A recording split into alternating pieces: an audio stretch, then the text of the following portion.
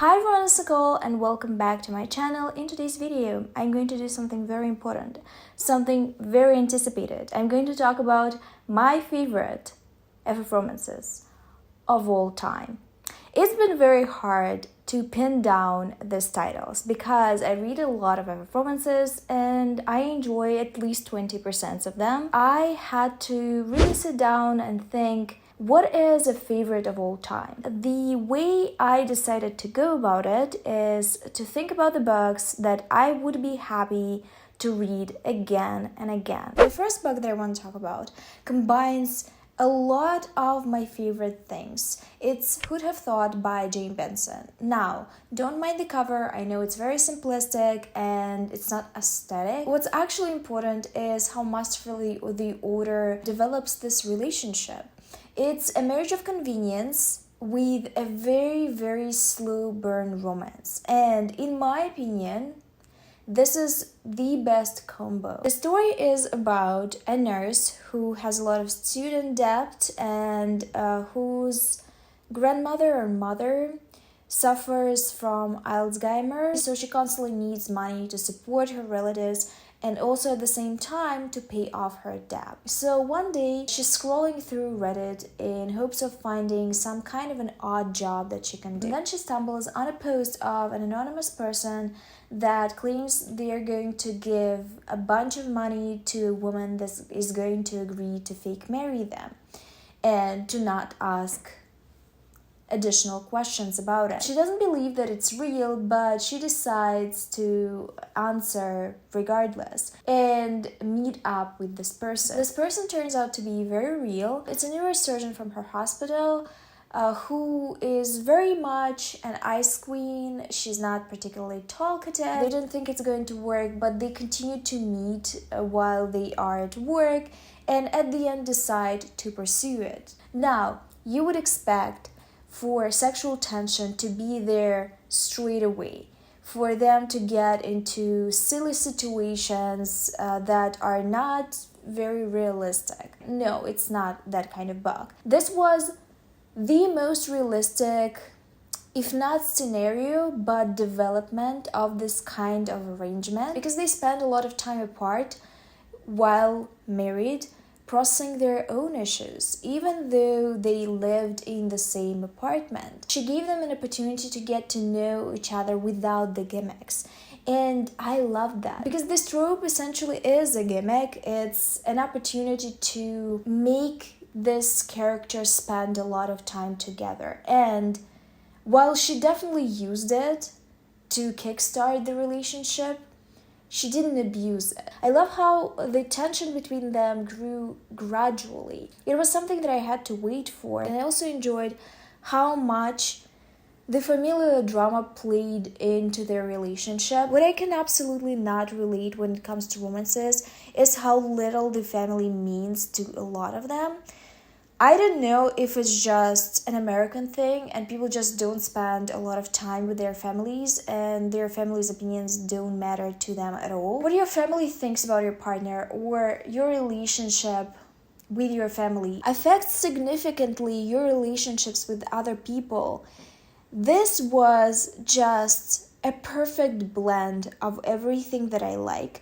And also at the same time, this was the most realistic portrayal of an arranged marriage situation leading to more. Another all-time favorite that I feel like I talk about a lot on my channel is Backwards to Oregon by Jane. It's a historical romance, and you will see that there are certain things that I just love in romances that appear again and again and in every single romance that I'm going to mention. And this thing is vulnerability. Vulnerability is my kryptonite. I said that before. I think it's the most important part of the romance. The story is about a woman named Delilah who's been pretending to be a man for a very long period of time because she wanted to be in the military. This is a very lonely existence because no one can know. She doesn't believe that she's going to find a partner that is going to fully accept her the way she is. Her military friends hire a sex worker for her as a joke. They don't know that she's a woman either. They just believe that Luke is very shy and he needs some kind of relief in an embrace of a very beautiful woman. Luke understands that she needs to play it cool, so she plays along. When she steps into the room and meets Nora, who's the sex worker that was hired for her, she's trying to stall and start an actual conversation instead of doing something sexual. Luke is exhausted of her career in the military and she's constantly on edge, thinking that her disguise is gonna be revealed. And Nora is pregnant from a man that dropped her immediately when she broke the news, so she needs to get away from the brothel and to start a new page in her life. So after some friction, they decide to get married and move to Oregon, because at the time there was a law that gave newlyweds a land for cheap or for free in Oregon for farming. This is one of the most simultaneously tension-filled and slow romances that I've ever read. They probably get to know each other not only in words but also in actions. Because while on the Oregon Trail, they encounter life and death situations that have to do with the wilderness and other things that you usually don't account for when you start a journey. It's peppered with deep conversations. I call them midnight chats. When you trust your partner with the things that you usually don't tell other people. Emotion-wise, it's an incredible book. The feelings I felt while I was reading this book cannot be described. I read it very quickly too because I needed to know what's going to happen. First of all, they are on a journey, and also how they're going to get together. I love this so much. It's an all-time favorite, and I think I can read it a bunch of times and not get tired of it. The next book that I want to mention is less emotional and more sexually charged, but I don't like it less because of it. It's Treasure by Rebekah Weatherspoon. Rebekah Weatherspoon is a master of sexual tension. She knows how to write desire very well. And in my personal opinion, a lot of FF romance struggles with lust and desire. It doesn't always feel sexy because sometimes, in my opinion, the authors don't really know how to write it. They, for some reason, sanitize it and make it less authentic than it is by doing so. And Rebekah Weatherspoon is not messing around with that. The first heroine is Alex. She is at the bridesmaid party or a hen party at a strip club. Her sister is getting married, and they decided that going to a strip club is gonna be a fun and funny experience. They're teasing Alex throughout the whole thing. She's a bit more masculine and obviously queer. So to take the joke further, they decide to buy a private dance for Alexis to embarrass her, basically. And that's how she meets Trisha, or Treasure, a dancer in this club. Alex can't get this experience out of her head. She can't get over Trish. So when she stumbles upon Trish in her college, she's very surprised. It turns out that Trish has been going to her college for a while now, and they never noticed each other. They can't ignore each other. They both remember what happened, so they decide to become friends. Obviously, with such a charged relationship, you cannot be friends for long. But it turns out that the privacy and the atmosphere that they had in the club is not transferable to real life, and they have to deal with people talking about them, with their families, with Trish working in the sex industry and the boundaries that they have around the topic. All the things that didn't matter in the club in the moment now matter, and they have to deal with them. I think what this book has that makes me very attracted to it is not just the sexual tension done right, it's also a very interesting conflict that I was fascinated by. I wanted to know more. I wanted to know how they're going to deal with it. There are two women from very different backgrounds and classes, and it makes their relationship fragile in a way because they have to deal with extra layers of pressure. I really enjoyed these two characters. Rebekah Weatherspoon has done something with this book. My next pick is One Last Stop by McQuiston. I'm a Casey McQuiston simp. I think they are an incredible author. They do a lot of things that I love and appreciate in all books, no matter the genre. My favorite part about their romances is how epic they feel and how much it feels like the characters that they write about are soulmates. And my other favorite thing that they bring into their books is the queer found family, the queer friendship dynamics. This element definitely plays into the authenticity of the stories. Very often when I read queer romances, somehow the protagonists don't have any queer friends, and it's weird. You don't even understand how weird that is. So Casey McQuiston does these two things perfectly. I also love the way they write banter and just the way they write connection. It all feels very epic. It all feels very significant. The story is about a 20-something-year-old named August. She moves to New York City to start a new life, a new chapter. And one day on the subway, August meets a very charismatic woman named Jane. She develops a crush on her, and Jane essentially becomes the best part of her day. Until August realizes that something is very odd about Jane. She never changes clothing, her speech pattern is a bit old-fashioned, and in general she feels like a person that is from a different time. After an unhealthy dose of investigation, August makes up her mind. She decides that Jane indeed is from a different time, that she's stuck in the subway, that she's a ghost or some entity, and that Jane needs her help. This is a very high concept romance. It's not two girls meet and fall in love and fight about something, then get together again. The story definitely has a lot of plot, and it's an interesting plot too. The investigation kept me going, and also Casey McQuiston didn't forget about the relationship. The relationship was developing with the investigation. There were so many sweet, beautiful scenes in this book that leave rent-free in my brain. I love this. I love Jane. I think she's an incredible character, but I also really enjoyed August because her investigative skills came in handy. This book feels cinematic. Reading it feels like watching a movie. It is funny, it is sweet, it is romantic, it is deep, it is incredible. It's really, really good. And if you have not read this yet, what are you waiting for? It's truly one of the best of romances that I've ever read.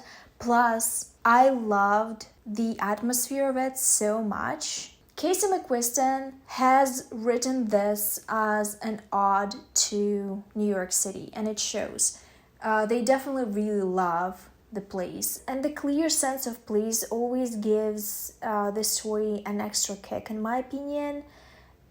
Casey McQuiston is just really good at that. My all-time favorite new adult story is Out on Good Behavior by Dahlia Adler. This series in general is what made me fall in love with Dahlia Adler. I think she's very talented and extremely underappreciated. This book is the third in the series. The first two books are FM, and the last one, Out on Good Behavior, is FF. The series is set in Radley University, and it follows three very close friends. I think their friendship what makes the series so strong, in my opinion.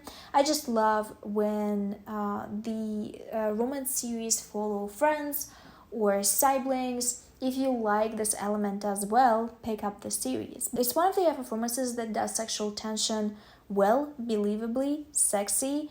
I love this. It was one of the first FF romances that were genuinely sexy that I've ever read. It's an important element that is sometimes overlooked in FF romances. This book follows two heroines. One of them is Frankie. She is a messy pansexual on campus. She had flings with so many people that it's starting to get her in trouble because of all the jealousy and all the drama. But she likes this lifestyle. She's enjoying her youth, and she wants to experience the life to the fullest with as many people as possible. Until she meets a girl named Samara, who's very sweet, very cute, and very much not a casual type of person.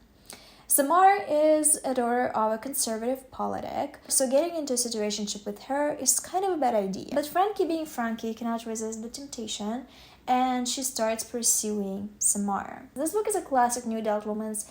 Don't expect anything extra from it, but there are not that many FF new adult romances that are genuinely good. So when I read this, it blew my mind. I loved it so much, and I think I'm going to enjoy it every single time I pick it up. Maybe because of the nostalgia, because this was one of the firsts, or maybe because it's genuinely good. This is a favorites video, it's not the best video, so if you read this book, tell me how you feel about it. Moving on.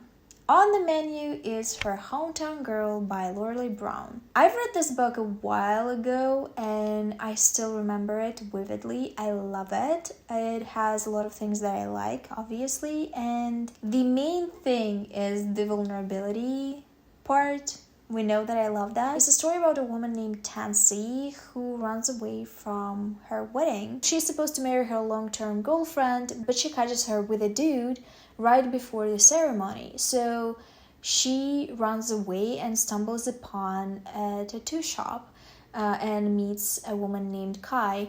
She's very distressed by the whole situation. It turns out that her girlfriend wasn't treating her well throughout their relationship. She was very controlling and abusive, including sexually. And the only thing that snapped her out of it and made her run, finally, was seeing her blatantly cheat on her. She doesn't even know what to do with her life because it's been a while since she made a decision for herself. So getting a tattoo impulsively seems like a good idea. Kai, the tattoo artist, immediately notices that the client is not well, that something is happening behind the surface, and while tattooing she's trying to dig up what happened, trying to figure out if this woman needs help. This is a very emotional book because it deals with abuse in relationships, and the author has done a very good job with Tansy's point of view, in my opinion. Tansy is lost and confused. It's been so long since she's done something that she wanted that she doesn't really know what she wants. Her journey in this book is very interesting. She gets into a casual relationship with Kai because she wants to. For the first time, she's doing something that she wants, despite the relationship being somewhat dominant submissive and Tansy being a submissive in it. It's such an interesting dynamic to put in contrast with the abusive relationship, because you immediately notice how much healthier it is, how respectful they are toward each other, how much they genuinely care, and how much they want the best for their partner. I love this book especially because of this juxtaposition, because of how special this relationship feels for Tansy, and obviously because of how vulnerable they are, especially Tansy, after being hurt and neglected and abused, how willing she is to try again, and how trustworthy and responsible Kai is with her and with her feelings. There are two newer books that I read fairly recently that made it into the list. The first one is Delilah Green Doesn't Care by Ashley Herring-Blake. Now, Ashley Herring-Blake is an incredible author. I've read her young adult stuff, and she brings in a lot of emotion into her stories, a lot of genuine, real drama, and she managed to transfer this, something that she's known for, into her romances. Delilah Green Doesn't Care is funny and heartfelt, but it's also about families and how they affect our development in life and our future relationships. Delilah Green is a photographer that wants to make it back in New York City, but she is between jobs and they don't really pay that well. When her stepsister invites her to shoot her wedding, she is hesitant because she doesn't have the best relationship with her family. Her father died and she was left with her stepmother and her stepsister. She didn't really know them that well, and they never developed warm feelings. So when she became of age, she ran off to a big city. She doesn't really want to go, but because she needs money, she decides to do it. And she meets the friend of her stepsister, Astrid, that is grown now. that is a single mother, and that is incredibly fascinating. Despite some unpleasant memories from her childhood that had to do with Astrid and her friend group. The story is so well balanced. I love the familial drama that is a part of it. I loved how it tied together the whole plot, how it affected the characters. It made sense for them to be who they are because of the things that they experienced. The relationship between the two characters felt playful and fun and promising. I loved their dynamic, and I also loved that on their own they were people with interests and things to deal with, and hobbies and goals and ideas. This is just a really solid romance. I think most people will like it. I'm not sure if it's going to be your favorite, but it's my favorite because it has the elements that I love. The last book is my recent discovery, and I know you know what I'm gonna say. It's Requiem for Immortals by Weatherspoon. The energy that it has, the power that it has over me. This is an assassin, their target romance, and it has not been written for fluff. It was not written to titillate with the crime elements. The most important part of this is the emotional part. It's about allowing other people to love you. The story is about an Australian assassin named Dahlia. She is really good at her job. She works for different gangs to eliminate dangerous people. She is a professional. She is not attached to anyone, and she doesn't believe that she needs it. She's also an extremely talented cellist, and it's one of her biggest passions in life. One day she gets an odd order to kill a woman that doesn't seem to be connected to any of the gangs, to any of the financial crimes, to any big people at all. And for the first time ever, Natalia hesitates. She decides to get to know the woman first to figure out why someone ordered the kill. And in the process of figuring this out, she crumbles. She falls for this woman, and she doesn't know what to do with it because she has this tough exterior, and she knows that there is no life from her outside of her job. So she's trying to scare this woman away and to fight the feelings. This is the best Ice Queen romance that I've ever read. It's also an Ice Queen romance with a twist. If you're obsessed with the Killing Eve dynamic, I highly recommend this. It has quite a few scenes that remind me of Killing Eve in a really good way. I love seeing someone who's this tough and this unapproachable and this scared of being vulnerable with someone, getting vulnerable with someone. The sexual tension in this is also top notch. It's very slow burn. You get crumbs, but you're so happy that you're getting these crumbs. At some point, you're honestly just happy to get anything, and it doesn't ruin the book. It makes the book even better because it feels authentic to these characters. It feels like they would act this way. I love this, and obviously I recommended to read this in my reading vlog where I tackled this book, but I also feel like it's my duty to tell you again, pick up this book. So these are all the books that I wanted to mention in this video. I hope if you were looking for good FF romances, you're gonna give this ones a chance and pick them up. And in the comments section, tell me about your favorite FF romances. Perhaps you have any recommendations for me. I often actually follow your recommendations, and Requiem for Immortals, for example, was a recommendation from one of the viewers. Thank you for watching this video. I hope you enjoyed it. I hope it was helpful, and I'll see you soon with another one. But until then,